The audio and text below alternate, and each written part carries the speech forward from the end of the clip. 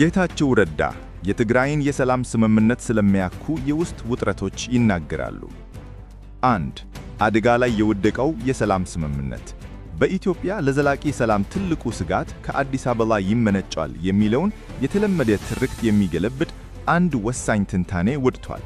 የቀድሞ የትግራይ ጊዜያዊ ፕሬዝዳንትና የሰላሙ ዋና ተደራዳሪ አቶ ጌታቸው ረዳ በአፍሪካ ሪፖርት መጽሔት ላይ ባሳተሙት ጽሑፍ እውነተኛው ችግር ያለው መቀሌ ውስጥ ነው ሲሉ ይሞግታሉ።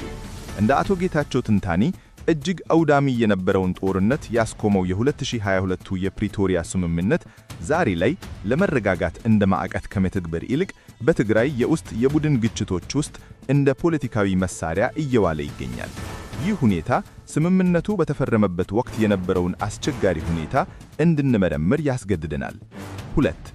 ከጥፋት አፋፍ ላይ የነበረው ጦርነት ያስገኘው ውክልና አቶ ጌታቸው በጽሑፋቸው እንዳስረዱት የ2022 ዓመተ መገባደጃ ላይ የነበረውን አስከፊ ግል እውነታ መረዳት ከስምምነቱ በኋላ የተፈጠረውንና የትግራይ ተደራዳሪዎች ከመጠን በላይ ለከዋል የሚለውን የፖለቲካ ትርክት ለመምከት ወሳኝ ነው። እርሳቸው እንደሚሉት ይህ የጦር ሜዳ ሁኔታ ስምምነቱ ለምን አጠቃላይ የፖለቲካ እልባት ሳይሆን የተኩስ አቁም ስምምነት ብቻ ሊሆን እንደቻለ በግልጽ ያሳያል። እንደ አቶ ጌታቸው ገለጻ የትግራይ አመራር በወቅቱ በጦር ሜዳ በደረሰበት ተደጋጋሚ ሽንፈትና ሊቋቋሙት ከማይችሉት ሰብአዊ ቀውስ የተነሳ ጦርነቱን መከተል ፖለቲካዊ ጥፋት ሊያስከትል እንደሚችል መደምደሚያ ላይ ደርሶ ነበር። በዚህም የተነሳ ለተደራዳሪው ቡድን ከማዕከላዊ እዝ የተሰጠው መመሪያ ምንም አይነት ቅድመ ሁኔታ በሌለው መልኩ የተኩስ አቁም ስምምነት እንዲያደርጉ ነበር።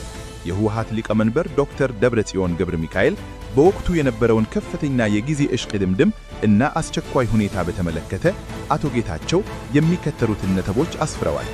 1. ለአቶ ጌታቸው የሰጡት ቀጥተኛ መመሪያ ያለ ስምምነት እንዳትመልሱ የሚል ነበር።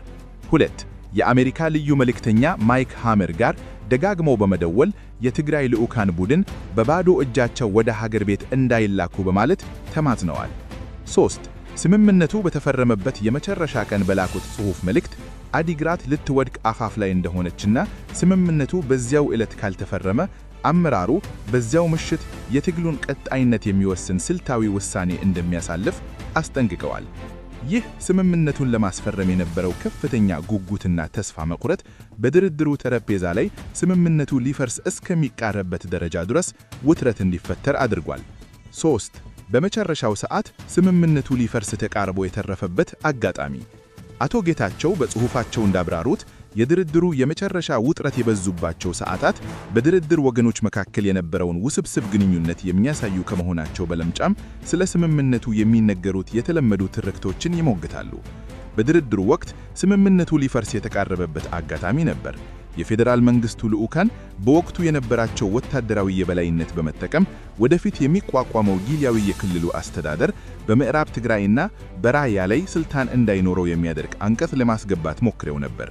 እንደ አቶ ጌታቸው ትንታኔ ይህ እርምጃ ለትግራይ ወገን በፍጹም ሊዋጥ ማይችለው የፖለቲካ ጉዳይ ስለነበር የትግራይ ልዑካን ከድርድሩ እንዲወጡ ሊያስገድዳቸውና ንግግሩን ሙሉ በሙሉ ሊያቆመው ይችል ነበር። በጣም በሚያስገርም ሁኔታ አቶ ጌታቸው ስምምነቱን ያጠረፉት እነማን እንደሆኑ በግልጽ አስቀምጠዋል።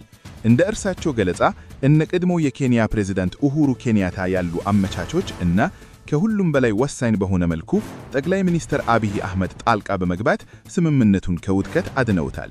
ይህ የመጨረሻ ሰዓት ጣልቃ ገብነት ያስገኘው ስምምነት በሚገርም ሁኔታ መሰረታዊ ዓላማው ራሱ በትግራይ ውስጥ ዋና የክርክር መንስኤ ሆኖ ይችላል። 4. ለሰላም የተከረሰ ማዕቀፍ ለስልጣን መተከሚያ መሳሪያ እንደ አቶ ጌታቸው ረዳ ትንታኔ የፕሪቶሪያ ስምምነት ዋና ዓላማ የተኩስ አቁም ቢሆንም ይህ ዓላማው በትግራይ የውስጥ ስልጣን ሽኩቻ ውስጥ እንደ መሳሪያ በመዋሉ ምክንያት ተሸፍኗል።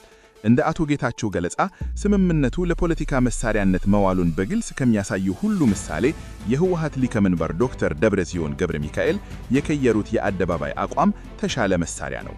አቶ ጌታቸው በህዳር 2022 ስምምነቱ በምንም አይነት ዋጋ እንዲፈረም በግልጽ ከፍተኛ ግፊት ሲያደርጉ የነበሩት ዶክተር ደብረጽዮን ከወራት በኋላ ግን ለላኩት የተደራዳሪ ቡድን ከመጠን በላይ ለቀዋል የሚለውን ሐሳብ ማንጸባረቅ አጀምረዋል በማነጻጸር ያቀርባሉ።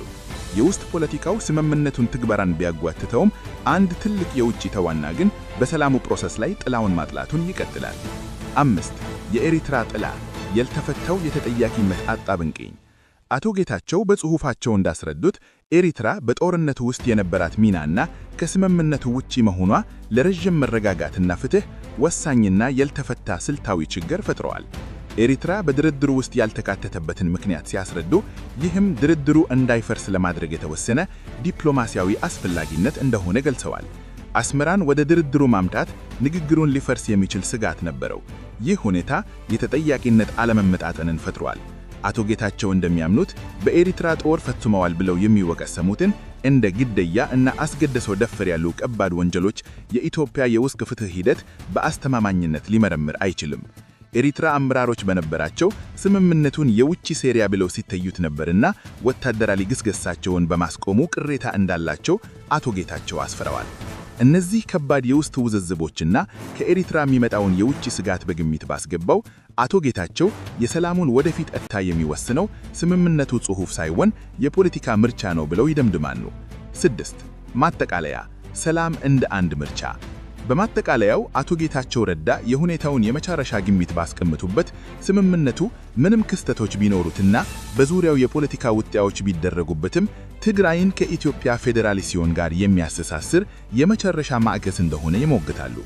አቶ ጌታቸው ዋና መልእክታቸው ከስምምነቱ ውጪ ያሉት አማራጮች የጨለሙ እንደሆኑ፣ እነዚህም የታደሰ ጦርነት ወይም ለረጅም ጊዜ የሚዘለቅ መቀዛቀዝ እንዲሆኑ ማስጠንቀቃቸው ነው።